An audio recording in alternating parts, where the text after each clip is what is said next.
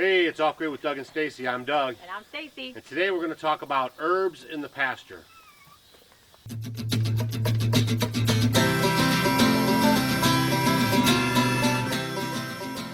Okay guys, so today we're talking about herbs in the pasture. It could take several years to get your pasture in good working order. And one of the benefits of having herbs in the pasture is that when the animals feel that they have a need for a certain herb to cure their own ailments, they're going to go find it. They'll seek that herb out. So today we're just going to go over a few of the herbs that are beneficial. For us, we have horses and we have sheep, and we're going to plant some and we're going to just kind of talk about it. Dogs, yeah. I mean, these herbs are just great. And we have some left over, actually from when we were digging out for the outside kitchen. I have a whole bunch of lemon balm and some peppermint, which are going to be huge things that I'm going to use for putting in the sheep pasture and the horse pasture. Yeah. So what you basically want to do is take these herbs out, plant them in an area where maybe they won't find them right away to give them a chance to grow and proliferate.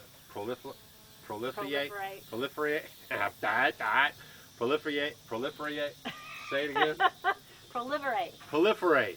And it'll just be beneficial for everybody on the homestead. Plus, you know, herbs are just so good to have on your homestead for so many reasons.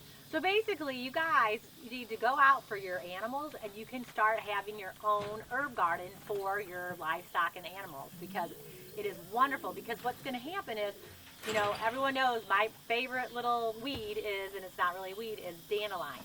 Dandelions are great for all your livestock. They're great. They have a great deep taproot. You know, they're hard to get out, but they're loaded in vitamin C, your B vitamins, D vitamins.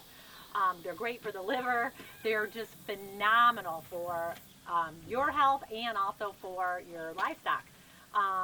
And just trying to get a good diverse amount of these herbs, you know, like the echinacea, and then also lamb's quarter.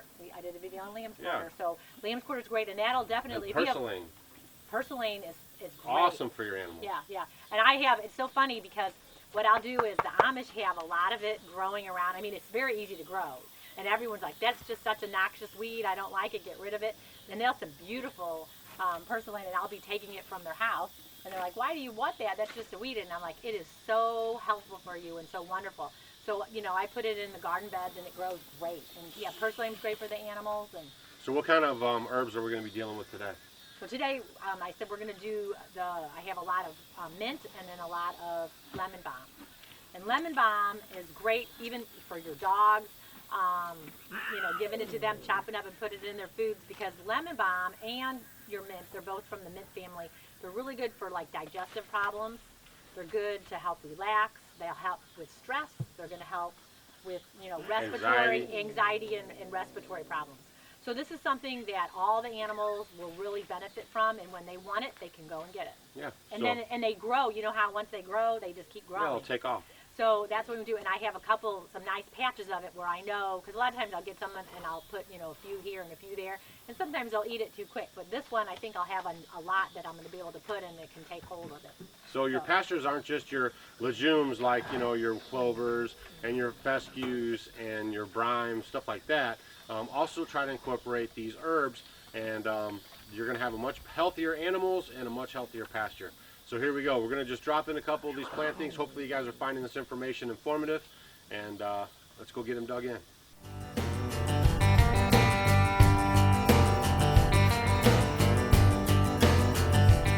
Okay, so I found this spot here in the horse pasture. It's got some plantain, some red clover, some white clover, and I'm going to put some lemon balm here and then some of the peppermint and see how that goes. Hopefully they won't eat it all up that quick. And then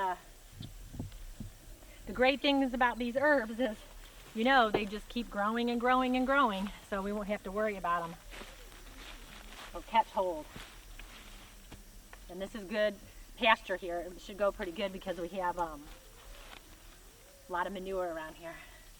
All right, so we had a lot of rain, a lot of worms, and we have 4 new turkeys that we got. They're in the cage for a couple weeks now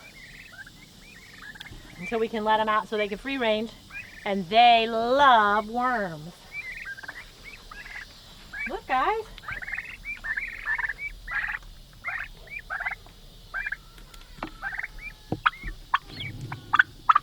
we love our worms.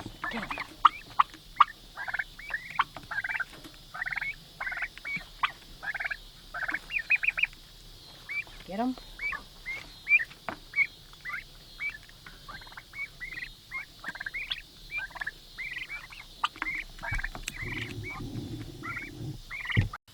So now what we've done is we've prepared a spot over here by the hay house where we're keeping the hay, which used to be where the alpacas were, because we'll have the sheep in here grazing in the late fall, all through winter, and then the spring. That was interesting. Polly. So we're just going to plant these in the pastures.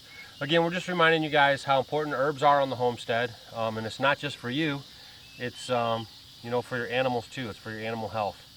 So try to incorporate them into your pastures this fall. That's the time to do it right now. And so that way when you guys start off in spring, you'll get a good head start. All right, so hopefully you guys like the information we provided you today with planting herbs in the pasture. We eat herbs, so does our animals. That's right, so try to move them around. We have several different paddocks here that we rotate, we graze and we rotate. Maybe we'll do another video about that later. And that also helps from parasites too, because if they're able to really rotate a lot, then, you know, they're going to be more resistant to getting them. That's right. So this is Off Grid with Doug and Stacy. I'm Doug. And I'm Stacy. And we'll see you guys on the next one. See you guys.